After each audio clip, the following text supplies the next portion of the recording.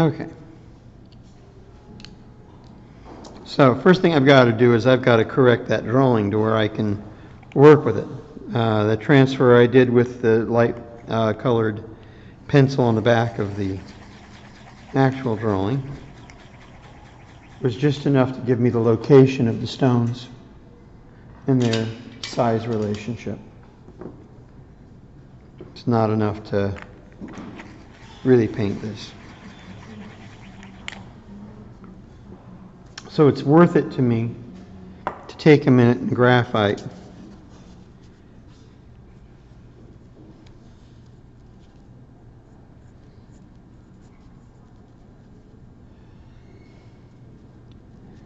and draw this stone, sorry.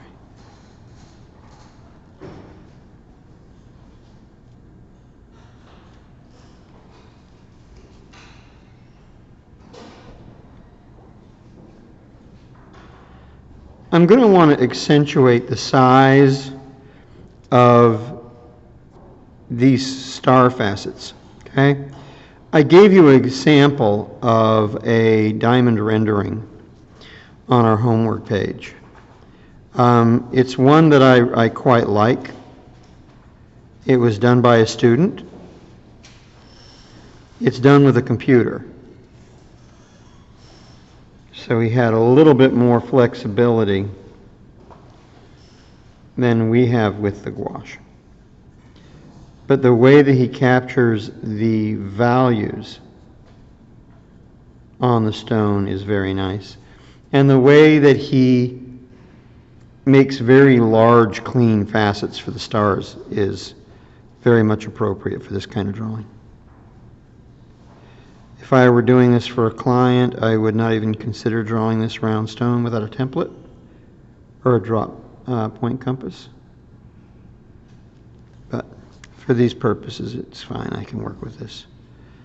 I'm just going to put a crisscross in the middle because this pencil is too coarse to facet a stone that size. Try and refine these ovals a little bit.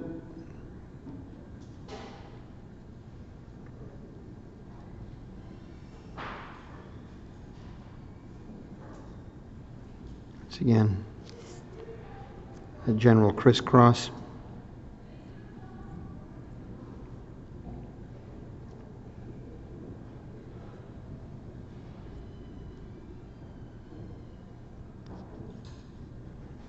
General crisscross.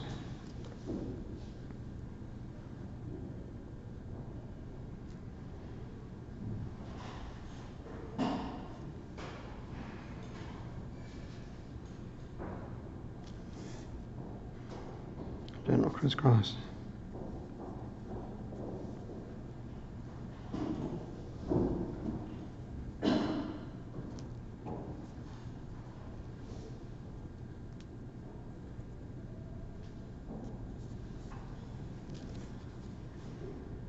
General crisscross. And then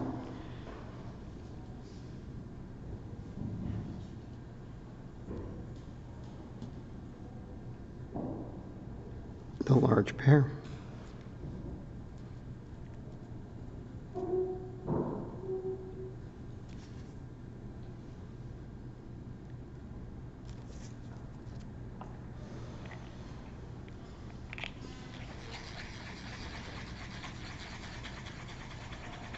And I'll just stick with these stones for now. I'll do the rounds if I have time.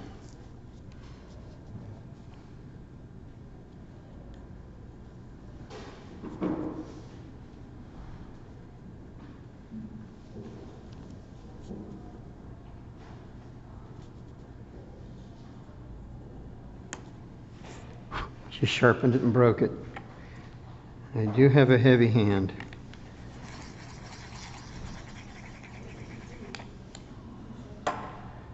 Sometimes I think my hand pressure was better designed for a cabinet maker than it is for a guy who draws and paints jewelry, but there you have it.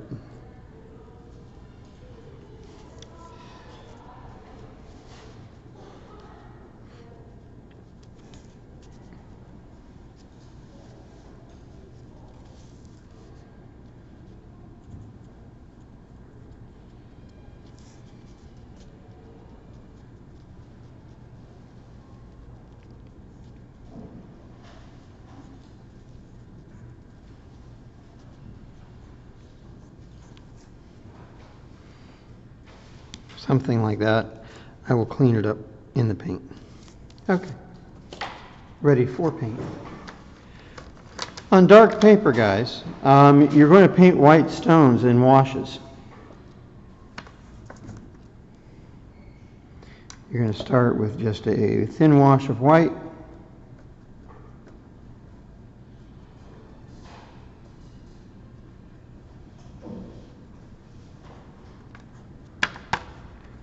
Probably not going to show up on here because it's white on white. There it is.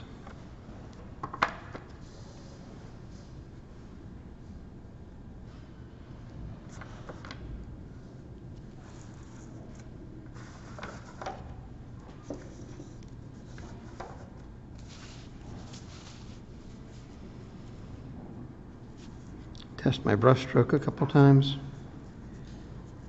and then come in.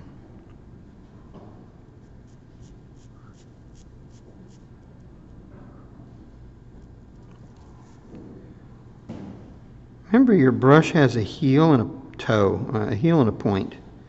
The point is what you usually want to draw with. It's the precise end of the brush. But every stroke has a backside.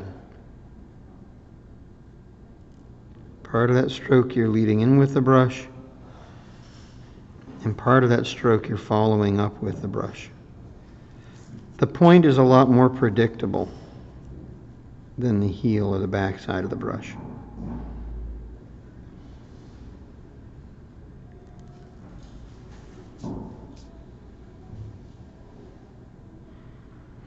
When you have a spray or a cluster of stones like this, fill each one separately.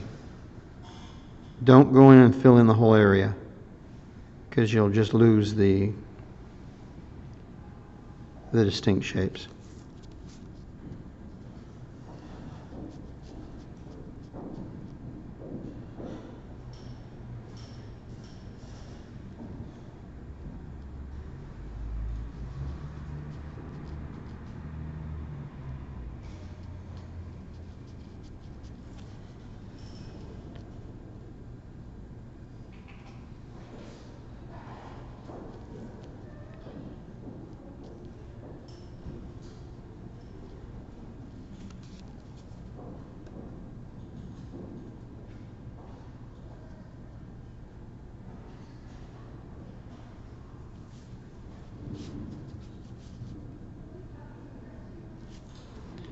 That brush, when I'm getting pools like that, puddles of color, I'm going to pull that brush out a bit more.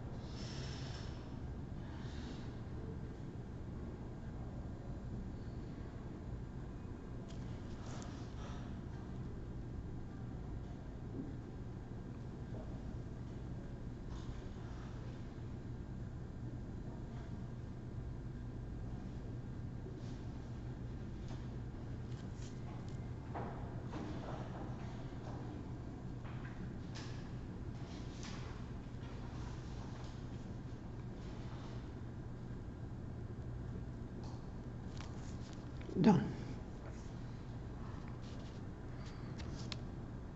Let that dry.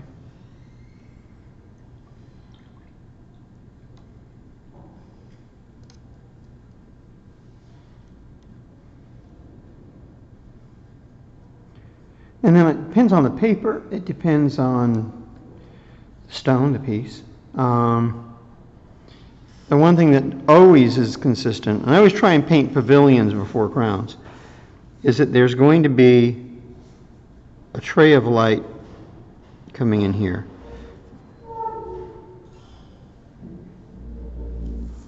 In this corner of the pavilions.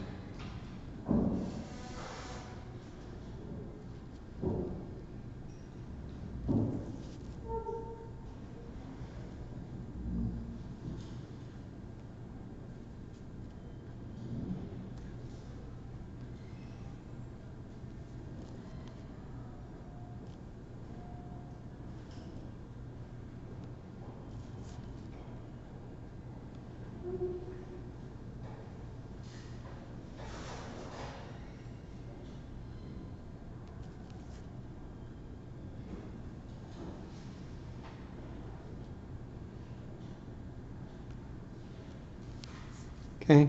If I can start to indicate that, that's something that doesn't ever change.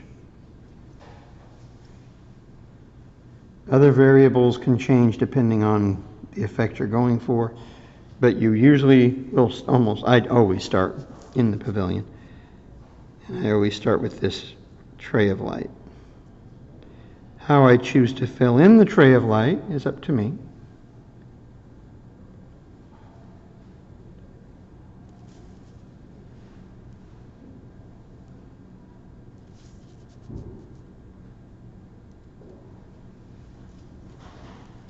I'm getting some very full brush strokes today. I don't know why. I do not want them, but I'm getting them.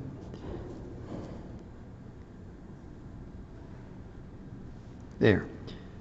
So what I'm looking for is very kind of surgical strokes, but they're coming in quite broad today.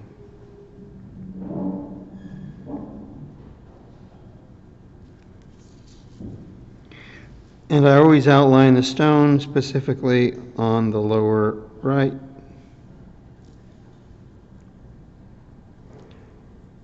When I'm painting the pavilion.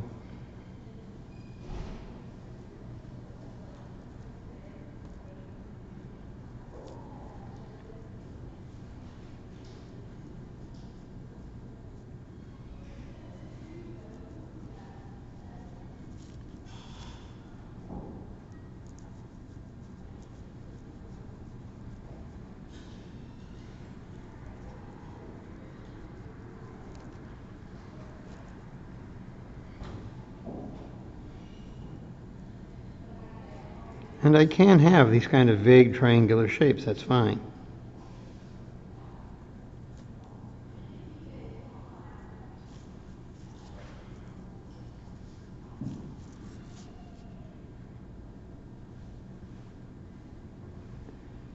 The one I just painted ended up being upside down, wide at the bottom, point at the top.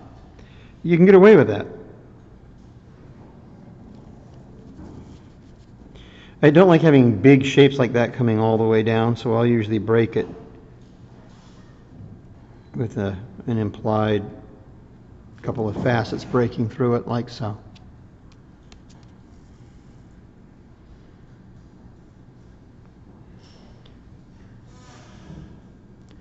And I'm always trying to come up with as finished a looking result as I can with each step. Even though it's likely much of what I'm painting right now I will paint out in future steps, I'm still going to put it in. It helps me keep track of the drawing as I go.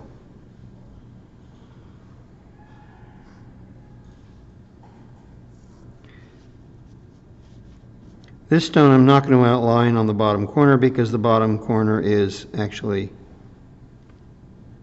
tucked under this round center.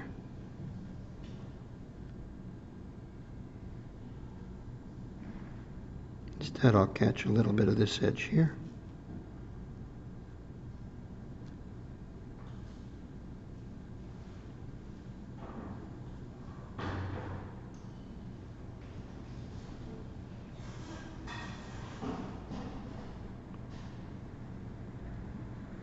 And a little bit there.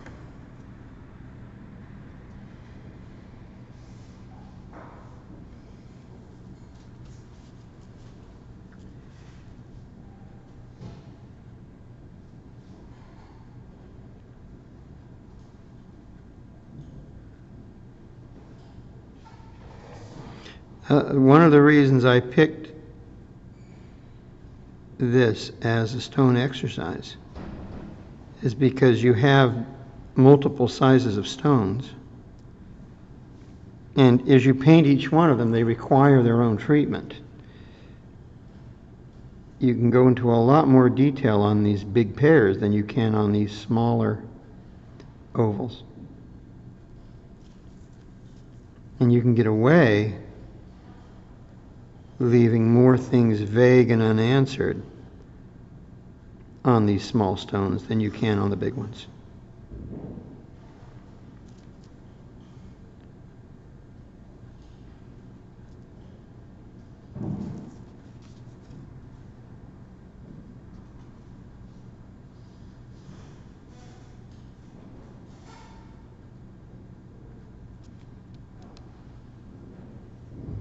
As usual, the rendering on the screen is coming across a little brighter than what's going on over here, but that's all right.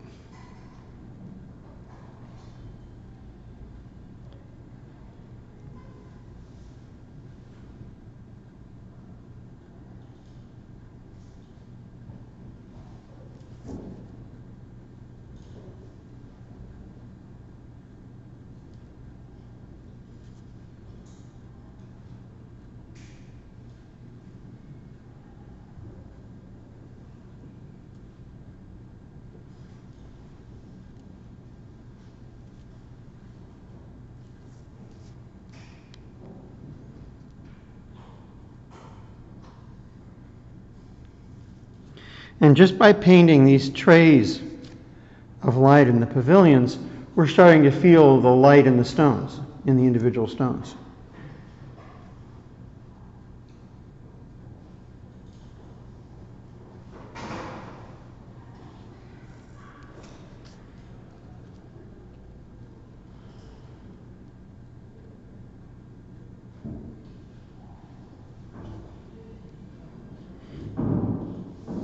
I'm having to struggle with the brush, which means I'm dry brushing, which means I don't have enough water.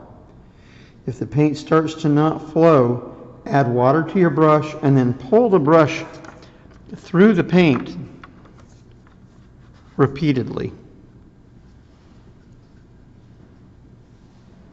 so that that water travels down through the brush all the way, as does the pigment. You don't want to have just water at the tip and a lot of dry paint up in behind. That won't help you.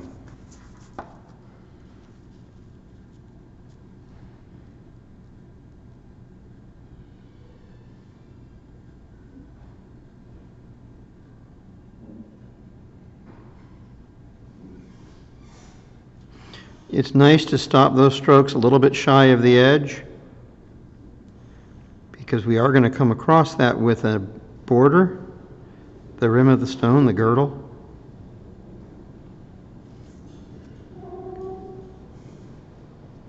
And it's a little hairy looking when they break out of the stone. It's okay. It's a hand-painted gouache.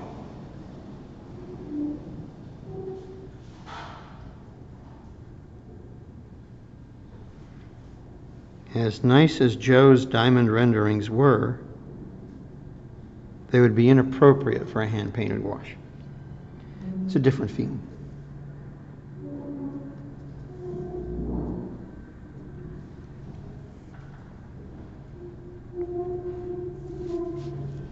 Go ahead and capture this one. This one I'm going to make an exception and paint the girdle first. And that brush is way too loaded and way too wet.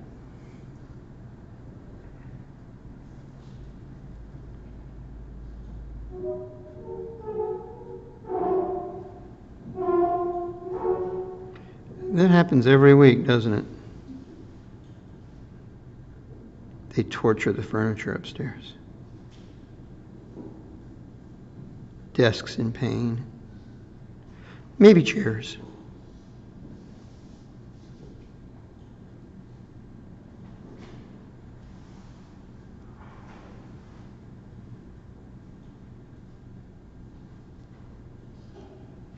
The reason I don't paint the outer left borders yet, part of the girdle, is because I'll do that when I paint the crowns. And I'm going to paint my pavilions before I paint my crown. So when I paint the crown, no worries, I will certainly fill that in. Give a nice crisp outline.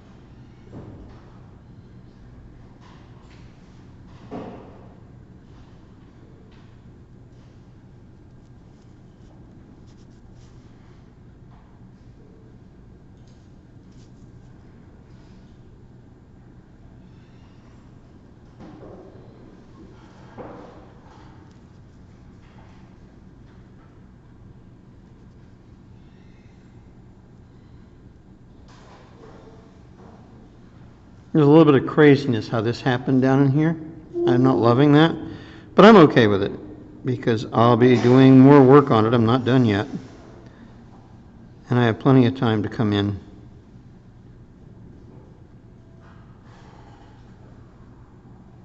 and make modifications. But it is important to tell yourself when you don't love something. Go, yeah, that's not exactly what I had in mind, and keep it in mind as you go forward so you can fix it.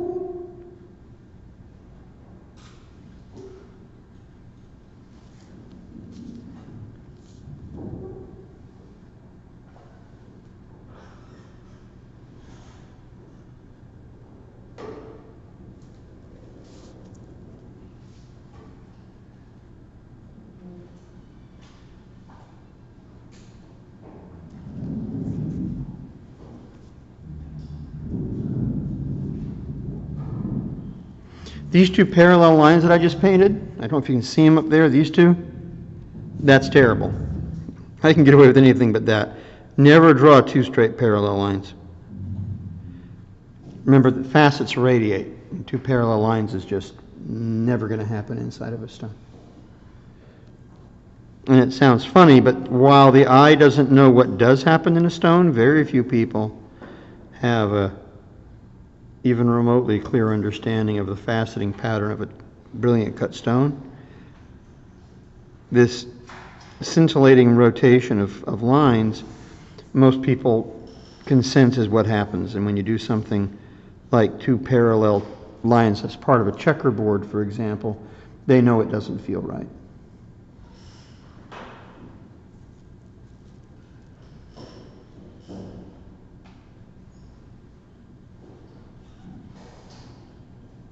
Try not to space things evenly, like so. Okay, that's an all right beginning for the pavilions. I'm going to look for some dead spots. I have a real dead area right here I don't care for. I don't know why it is whenever I paint on that stone, my brush comes in heavy and fat. It seems unfair to me. It's okay to have one bad brush stroke on a stone, but do I have to have all my bad brush strokes on the same stone?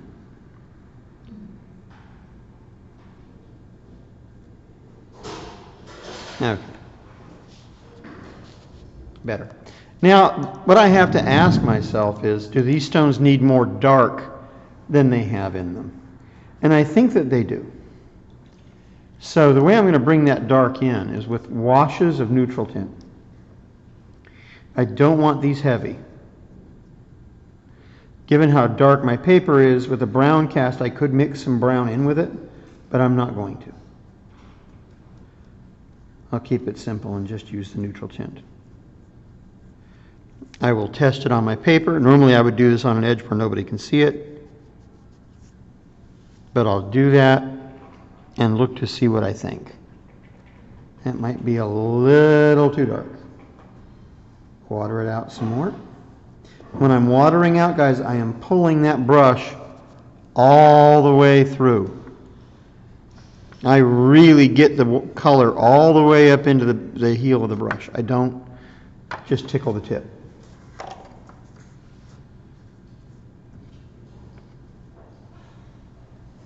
I come into the large stone.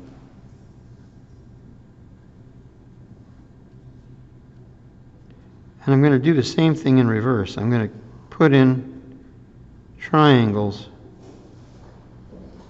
of dark color. I want to keep any real concentration of dark up on this left-hand side.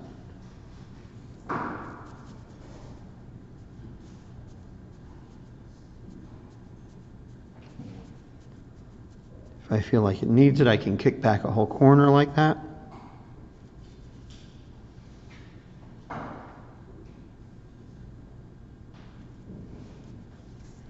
It's just a way to bring in some dark up in that corner.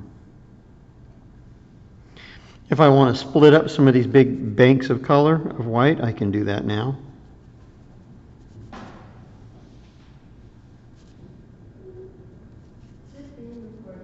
Yes. I think so.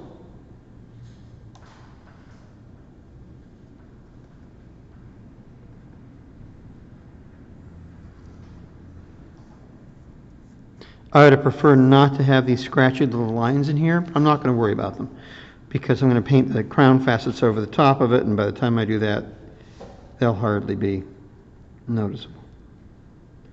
Wash your color up in that top corner. Bring in some dark triangles. That one's done. It's really important to me that I get a nice wash of dark under the edge of that round.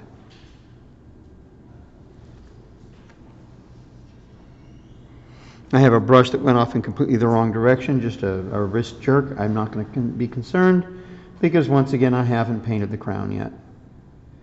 Until you paint the crown, you're not in trouble, pretty much whatever you do, because it's all going to go under a layer of more information. Dark in here. A little bit. Break that up, break that up. Break that up a little bit.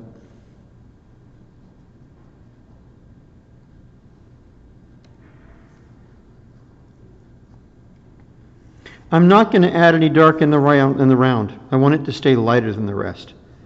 That's going to help give the impression that it's floating higher, which it is in the mounting.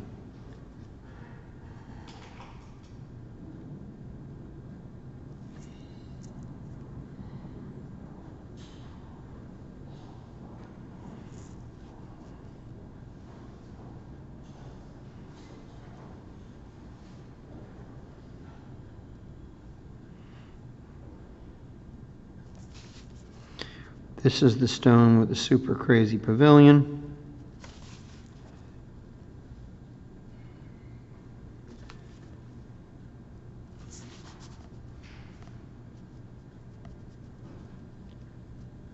I may try and bring a little more structure into that pavilion with some dark lines. That's pretty much okay. That is the pavilion of those stones. It's completed unless I feel like I need to add more to it later. Yeah, actually, I changed my mind. I do want some bolder whites in those pans of color. I put down one layer, and one layer ended up being a little bit transparent. I don't want to do all of it. I don't even want to do very much of it. But I want to catch a couple of these.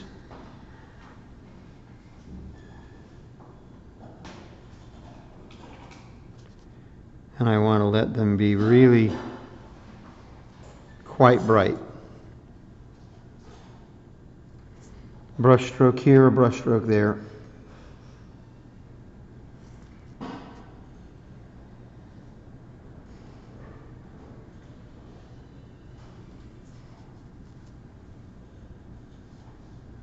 Evenness is not the goal. Any of you who want to go on to be realistic painters, evenness doesn't exist anywhere in nature that you look at with your eye. So, and stones in particular, they're just reflections and refractions, and there is no consistency in them. So, the fact that some facets get nice and bright and other facets stay a little more muted is perfect.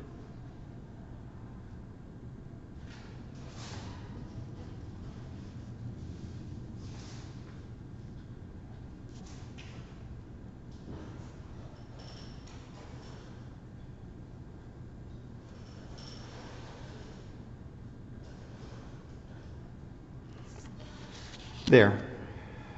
Pavilion's done. Did I not bring a bottle of water with me? Stand up for just a second.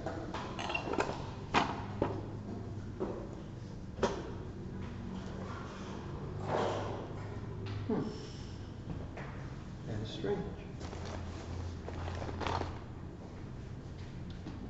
Poland Spring is missing. Let's see how that compares. Not bad. It's okay.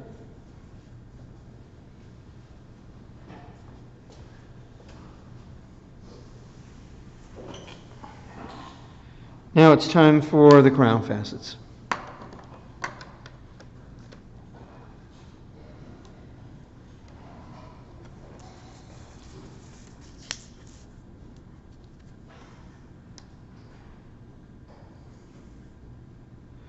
These I will paint in white. I've really lost pretty much all of the facet lines I drew. Remember, when you're doing a pear shape or an oval,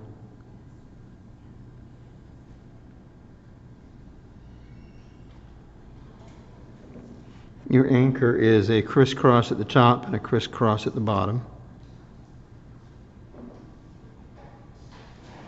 and a crisscross on either side.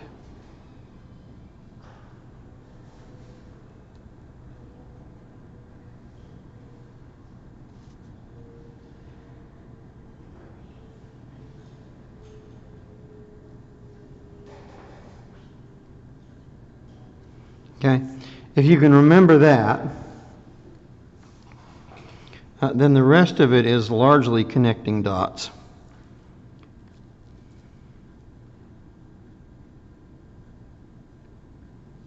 This slope,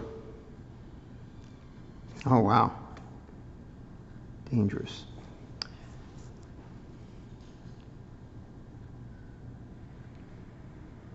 This slope comes down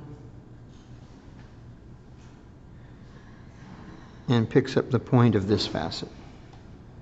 My brush is starting to dry out on me and clump. And while I want really opaque paint so I can draw thickly, if it's too dry and clunky like that, I'm going to be pulling mistakes the whole time, which I can't afford to do. So if I have to do 2 coats, so be it.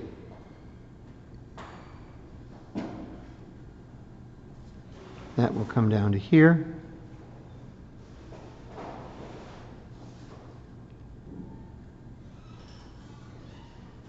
That will come across.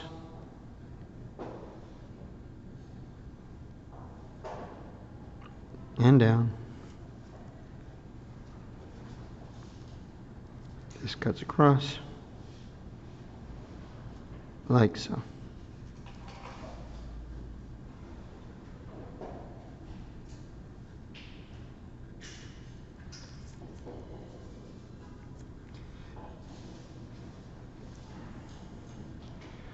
The facets that are important to me here are these 2.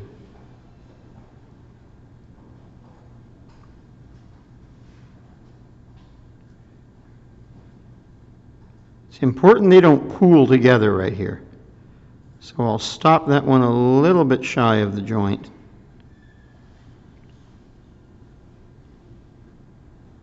And then paint this one.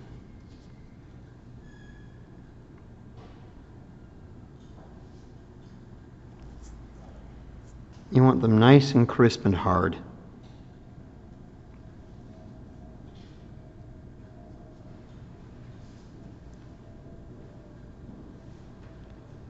I can insinuate some of the other faceting here. I am not going to paint it as carefully.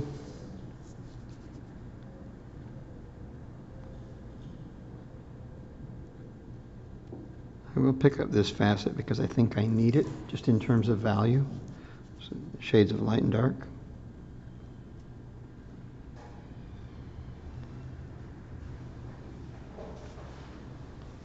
Bezel facet, bezel facet, bezel facet. And that's all I'm going to do with the top of that stone for a bit, other than do that outline.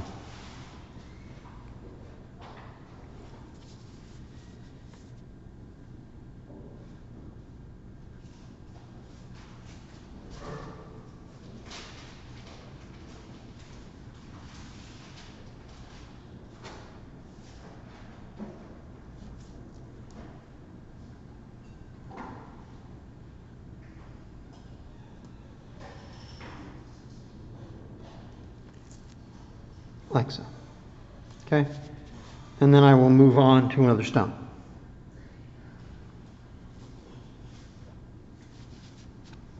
I may as well take the big chance with both the big ones. So,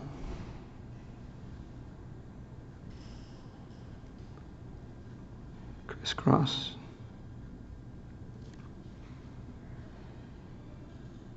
Crisscross.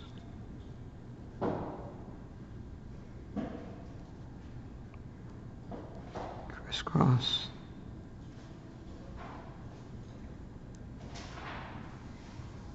How many of you have watched the stone rendering videos I had up for the 139 classes? They're on YouTube. And there's some stone rendering there. And in those rendering videos, I talk about how you do not want to make the tables big on these stones. You really want to amplify those star facets. So to do that, you've got to kind of underscale the table a little bit. Here. Look for the boxes. There's actually 2 squares or rectangles interlocking in all of your brilliant stone cuts.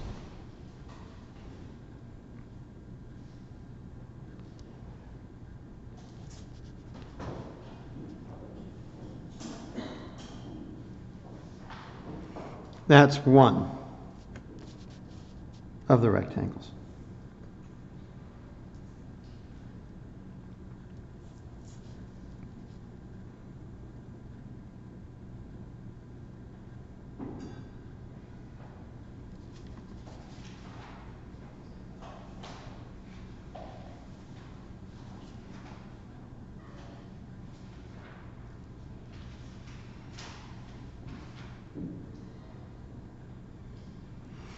There's another.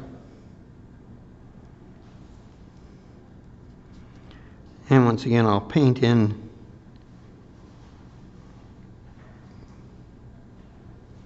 the facets that I'm going to decide are critical for this stone.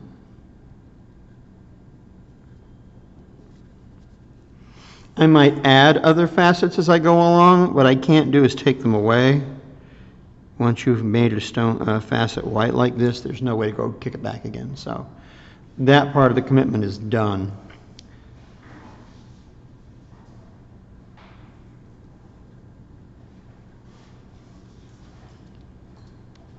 I will now paint the outline of the stone.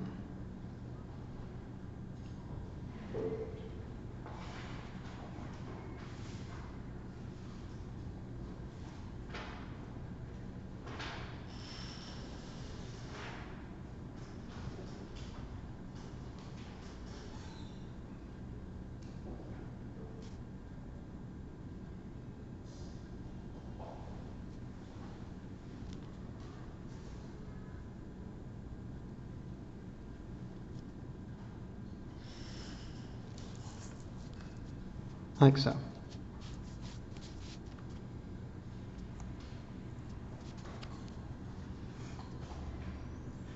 Now I'll start doing the small gathering here.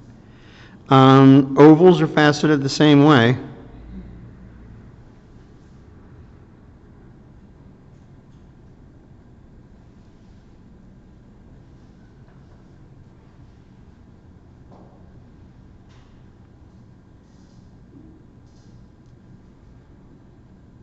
And with stones this small, it becomes much more difficult. Big stones are actually easier to paint.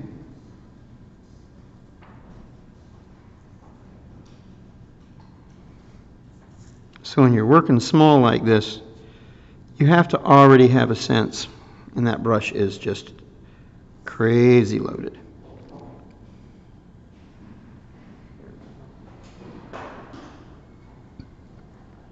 Of what your important facets are, where you're going to put them, how big they're going to be.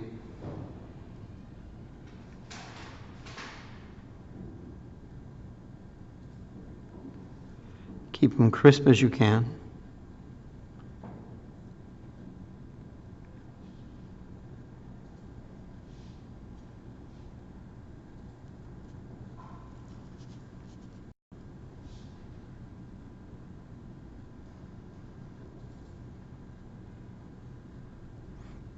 On this stone, my stars ended up going all the way to the edge of the girdle, which is not accurate, but no one's going to know. It looks like a diamond.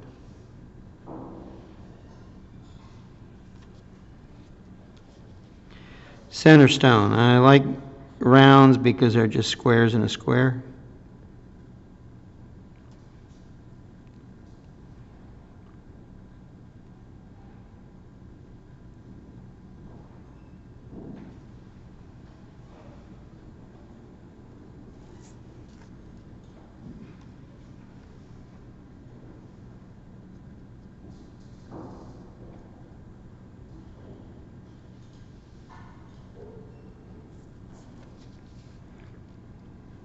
My two important facets here.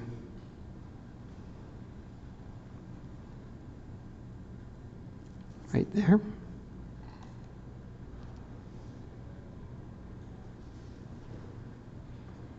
You see how often I'm stopping and I'm putting new paint in my brush. The consistency of the paint is critical if I want precision.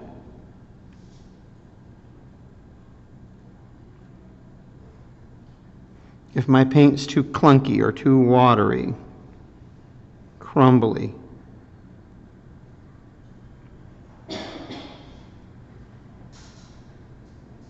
basically anything not good, I'm in trouble.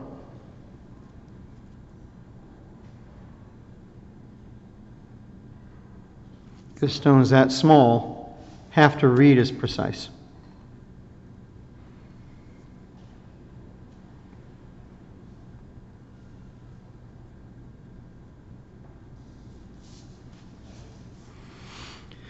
Coming over here, for reasons I can't express, I'm afraid of this stone. That doesn't matter though. Whether you feel comfortable and confident about it or not, needs to be done. So.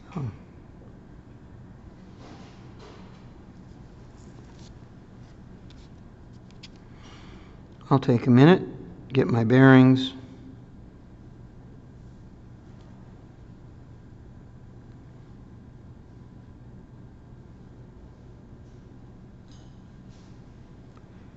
There is that facet. And there's that facet. If I don't do anything else, those were critical to get right.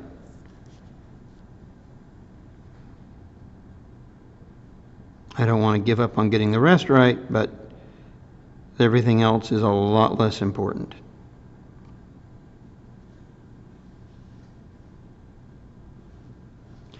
Brush got a bead of paint coming down it, which created a very fat brush stroke in a place where there wouldn't be a huge glob of white on the actual stone. But I'm okay.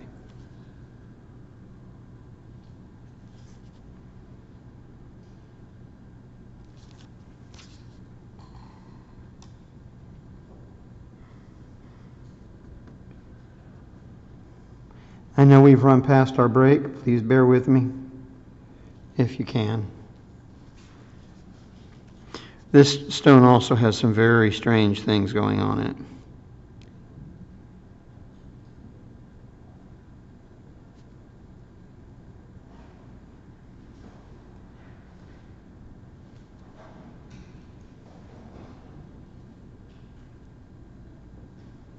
And in the case of this stone, there is no real strong facet I can grab up here.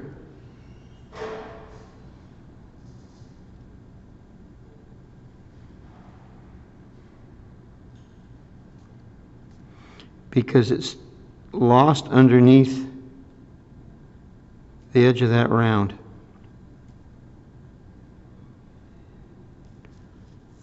So So I'll get a little bit of a hard facet there. And that actually might be it for that stone.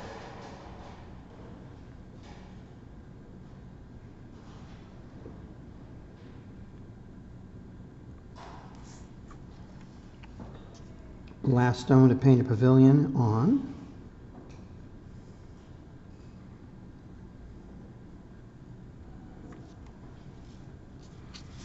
Over here.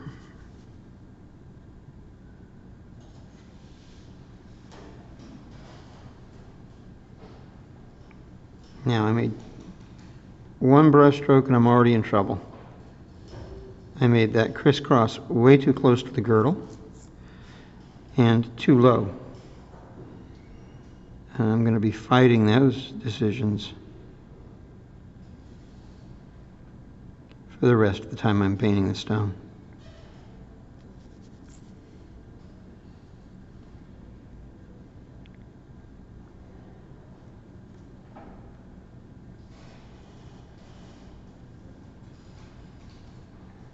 So once again, when you've made a mistake, try and get your good facets.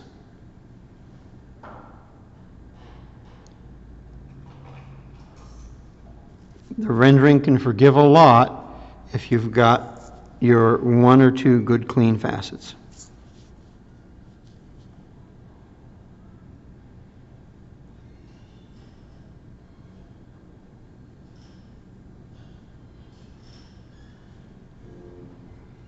Pick up the edge.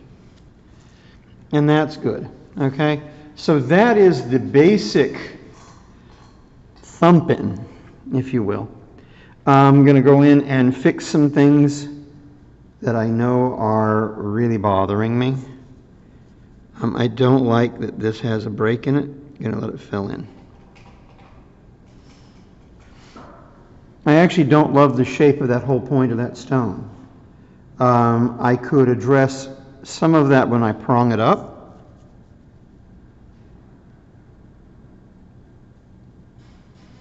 But I can also address some of it right now with my brush.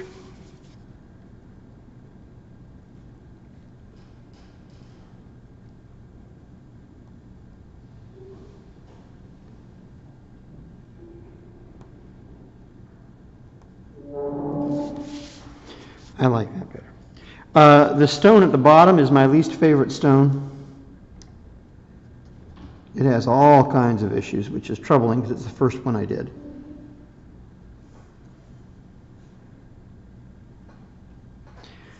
Unfortunately, I am going to have to, and that brush is really heavy, I am going to have to do more faceting in white on the crown.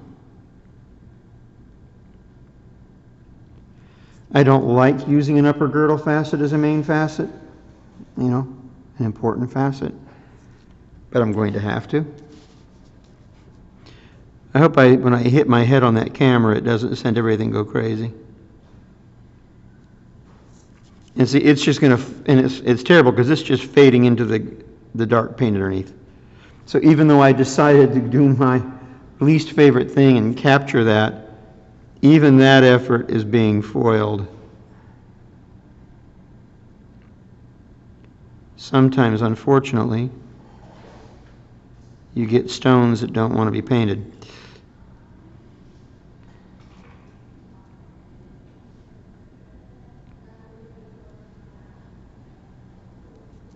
Okay.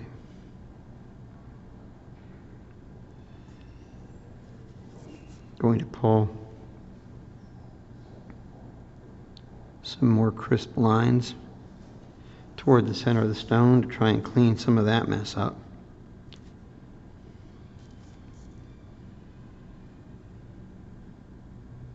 Going to bring in a line here to break that up.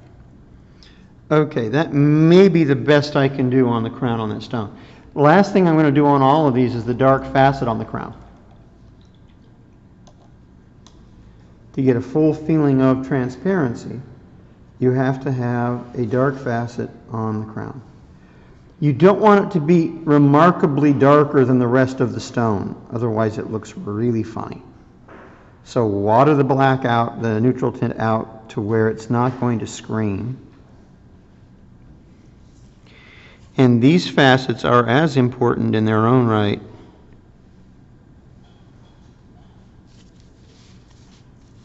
as the ones on the crown on the other side, the bright ones.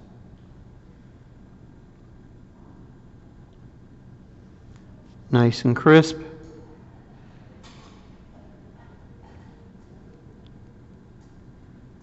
Nice and crisp.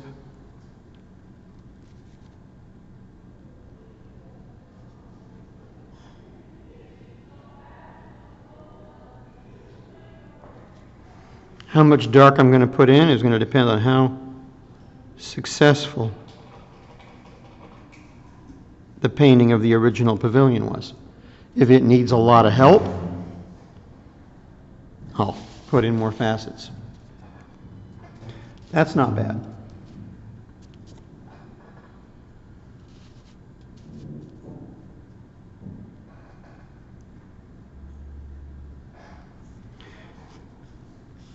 Some of what you see here in the outline is actually the glowing pencil lead.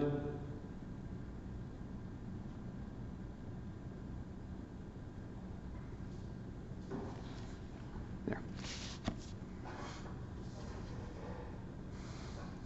On the small stones, I always pick the one I'm the most afraid of. You.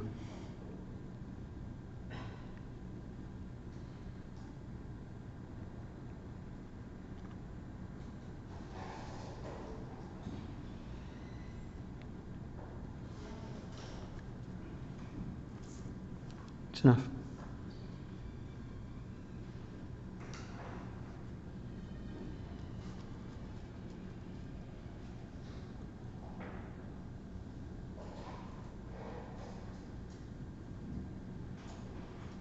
These tend to be easier to paint than the white facets were, just because neutral tint is a more obedient pigment.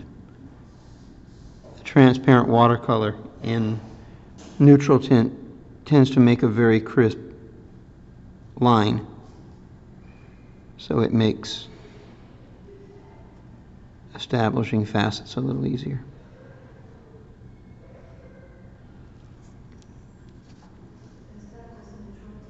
Yep, just neutral tint watered way down. So you put like more water? Yeah, it's quite thin because I don't want to have it look too black.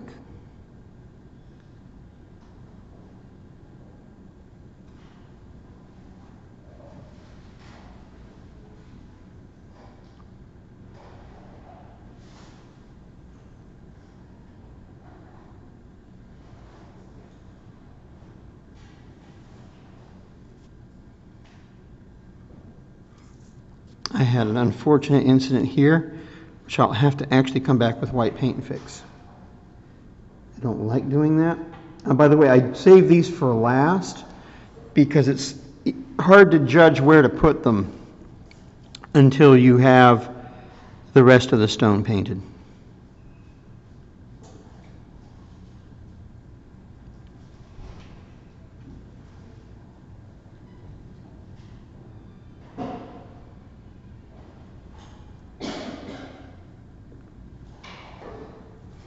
Once the rest of the stone is painted, you have a better idea as to where those want to go.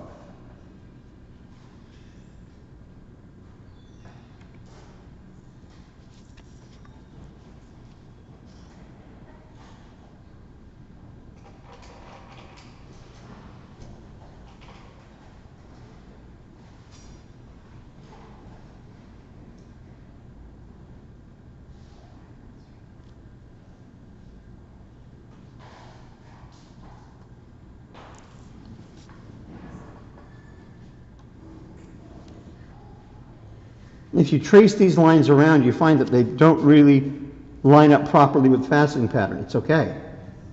They're where you want to see light and dark. They're nice hard triangles. So the eye is willing to forgive a great deal.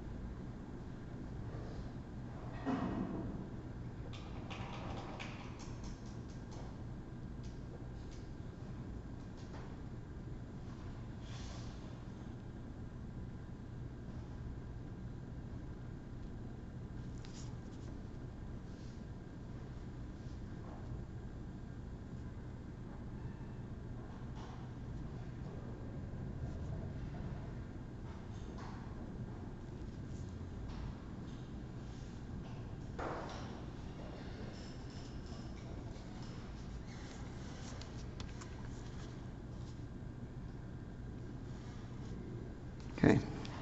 Only thing I have to do is come in and clean up that on the white stone where it got botched a little bit.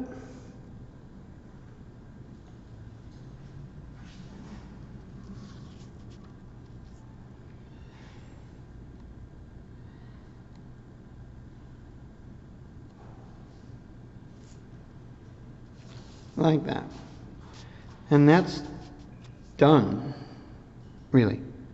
Trying to think anywhere else I think it needs something. Oh, I could really accentuate.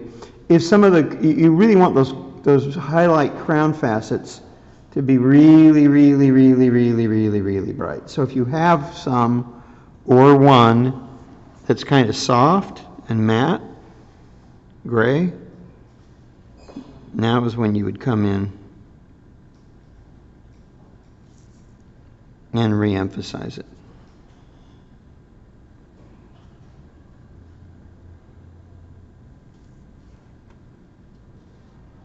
Like so.